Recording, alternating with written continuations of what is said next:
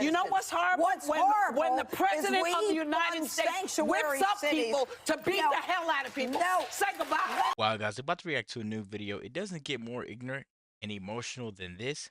So I need you guys to stick along to the back end of the video, see what I'm about to say about it. But right now, I need you guys to like, comment, subscribe if you're new. And as always, let me know what to react to. About to get right to it. Great to see you again. We worked together at Fox for a long time. So you were on the short list to be a Supreme Court pick. Even Don Jr. tweeted, quote, "That would be pretty awesome."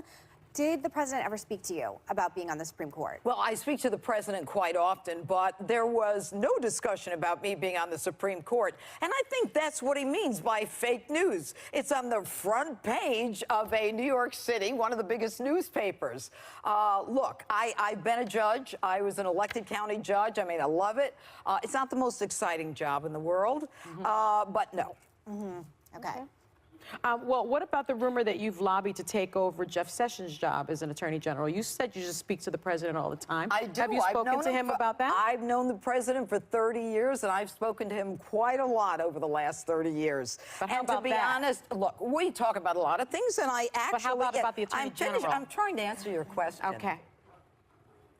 What I'm trying to do when I go to the Oval Office or I speak to the president, I don't say anything different from what I say on my show, Justice, on Saturday nights. And that is that it is time that there are consequences for some of the things that are going on in Washington. Look, I've been a prosecutor, a judge, and a DA for 30 years. I've run for office 5 times. I believe in consequences. And when people violate the law, there needs to be consequences. And we're not seeing that in Washington. We're not seeing people made accountable for what they've done. So to answer your question directly, I have spoken to him, not about getting the job, no, but about having someone in that job. I don't care who it is, as long as it's an attorney general who's not in a closet hiding somewhere, who 24 hours after he took the job said, "I'm not going to do anything with respect to the election," and that's all we've been talking about for a year and a half. Would you take the job?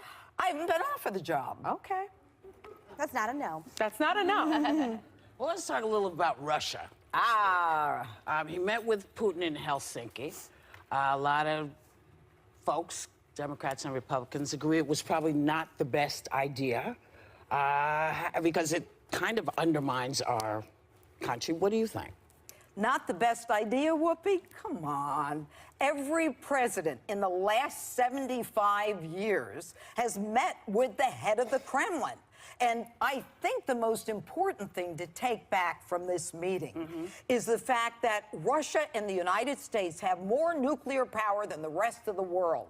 It's important, and I think it was Abraham Lincoln who said, the way, one of the ways to win is to make an enemy a friend. I'm not saying they should be friends, but what I'm saying is this. We come out of that meeting. We are arming the people in the Ukraine, $70 billion worth of arms, while Barack Obama stood by and let Russia go in. Let me finish. I didn't Crimea say Jack. was, Crimea was annexed, and as a result of the annexing of Crimea, we have thrown out Russian officials and nationalists. We've closed consulates. We are also, in the United States, making sure that with respect to Russia, if had Obama done anything about that red line, we wouldn't be... He opens up an investigation into Russian collusion. I came here... Let me finish. Go ahead.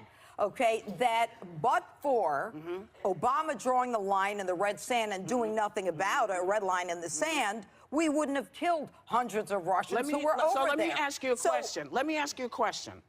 So you're all for people meeting and having conversations. That's what I'm hearing you say. Well, that's precedent. Okay. Then how did you feel when Obama met with, I don't know, name somebody who... Castro or met Raul with... Castro? Yeah. Were you comfortable with that? I don't have a problem with people talking. That's one of the things that we need now. We need people to talk. People who ostensibly hate each other. It's time we sat down and had now. Wait, can I just... One thing that jumped out at me is you said there should be consequences for laws. My understanding of the annexing of Crimea was that it was an international agreement that they could not go into Crimea. So those were consequences, and that means we won't sit down at a table. We will push back on you, Russia. And that's... So I'm just curious if that's... And what did did Barack Obama do? But that- during but that it's- moment? it doesn't hadn't matter, done Jeanine. his No, but watch. doesn't Barack matter. Obama is no That's the longer point. president. So How that's much different. longer are we going to be rehashing Everybody history? stop. Everybody's talking at one longer time. are we Hold going on, to be hold on, blaming, hold on. you know, Everybody needs to just. we blame everybody, Bush we for want to 8 hear what years. everybody has to say. We want to hear what everybody has to say. So let's not talk over each other. What you're saying is accurate, though, which is why a lot of people had a problem. You're right. International law was broken, and then President Obama did nothing. So you are correct in that aspect. But how about which the is fact part that of the reason why we're in the place that we are now? President Obama opened up an investigation into Russian meddling, and this president fired James Comey, the person that was conducting the investigation. So what about that? What about that? Okay, I'm glad you asked that question. Thank you. Oh, you're very welcome. Now, one of the problems with meddling and this whole Russian investigation is there are 2 issues. Number 1, was there meddling? Everybody agrees there was meddling. Donald Trump agrees there was meddling. Although Barack Obama said about a month before the election, there's no way anyone could meddle in the election. There can't be a rigged election. do remember that your friend also was made aware of the meddling. He was that's aware. not what I'm saying. I know The that's second- not what you're saying, but I'm Okay. adding to what you're putting out. Yeah. Okay. So the second part of the Russian investigation is what I write my book about. Yes. And that is when individuals in the Department of Justice, in the FBI, get together and tee up a fake investigation with a fake dossier paid for by a woman running for president that the DOJ, the FBI take to Paid a for by Republicans first. No. Yes, It was paid for yes. by the DNC and Hillary Clinton. Paid for by the paid for by a Republicans first. Republican donor initiative. Paid for by the That's Republicans the truth. first. Okay. Come on.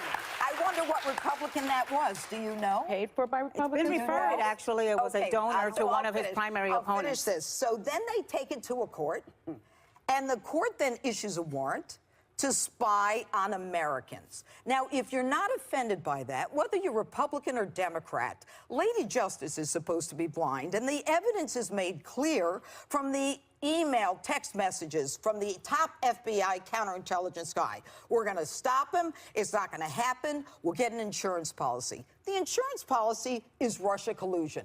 19 months later, we don't have anything. So when the president recognizes there's meddling, but you can't blame him for saying, you guys have made all of this up. You've been investigating me for 19 months. Come up with Benghazi something went on for horrendous. over 3 years. Wait, one Four second, ladies. people died in Benghazi, and 100 therein lies criminal the counts difference. is nothing. It's nice to have people to not yell at me so much. We'll have more with Judge Jeanine Pirro when we come back. There's right more? now, yes. We are back with Judge Jeanine Pirro. I wanted to get into the book a little. You tackle the anti-Trump conspiracy in your new book called Liars, Leakers, and Liberals. Now, that title could be offensive to some. In today's age, you think? I thought she was describing the Trump White House. Liars, leakers, and liberals. So, tell us about the title and why you wrote the book. Well, I wrote the book because I'm not an ideologue. I mean, I have been in the crime business for over 3 decades, and I think I said that before. And I know a con when I see it. And I think that what has happened truly in the last campaign, and everybody needs to be concerned about that. Lady Justice is supposed to be blind.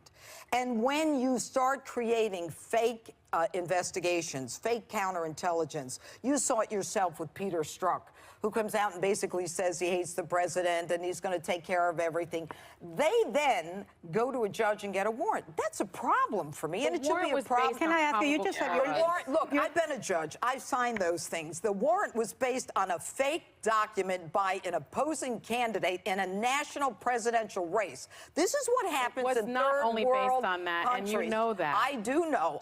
It is based Jeanine, you on just that. said you're not an ideologue. No, I'm not. I am in law Let enforcement. me ask you the and question. It's right and Do wrong. you think Donald Trump embraces and embodies conservative ideology? Remember, he used to be have a different position on pro-choice. He's imposing tariffs. He's against globalism. Do you think he is an ideologue that is faithful to conservative policies? You know, I'm not here to talk about what Donald Trump is and isn't. But you talked to him about it. No, you gotta answer the question. I'm here to talk about the book. You want to talk about Donald Trump? You tell me what metric in this country is worse off. Unemployment is lower than it's been in 50 years. Minorities, Hispanics, African Americans have because of jobs when President they haven't Obama. had. It's not because of Hate Obama. crimes are worse off. And wait a minute, the GDP under Obama was barely 1. We're going up to 4. So you want to talk about hate yeah, crime? I'll tell you I about a fought metric. for a law for hate crime. I also think it's important, as we said, 89% of the Republican Party still supports him. He still has huge popularity in the country. And if Democrats don't get their you-know-what together, he's certainly going to get reelected. Here's my question for you. Here's my question for you, because you talk about you talk about. I am not, Judge. Nobody is. Oh, yeah. Did you just point at me?